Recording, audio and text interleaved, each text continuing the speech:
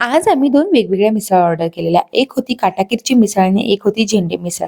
काटाकीरची packaging मला फार आवडते आणि झेंडे मिसळची पॅकेजिंग काहीशी अशी होती. तर ही आहे काटाकीर मिसळ आणि ही आहे झेंडे मिसळ. टेस्टला अर्थातच काटाकीरचीच मिसळ भारी होती. त्यानंतर चिनू आणि चिनूच्या पप्पांचा असा काहीसा खेळ चालू होता आणि खरंच चिनू आता तिच्या पप्पांसोबत खूप छान राहते. सध्या नवीन काही ना काही शिकून आम्हाला करून दाखवते.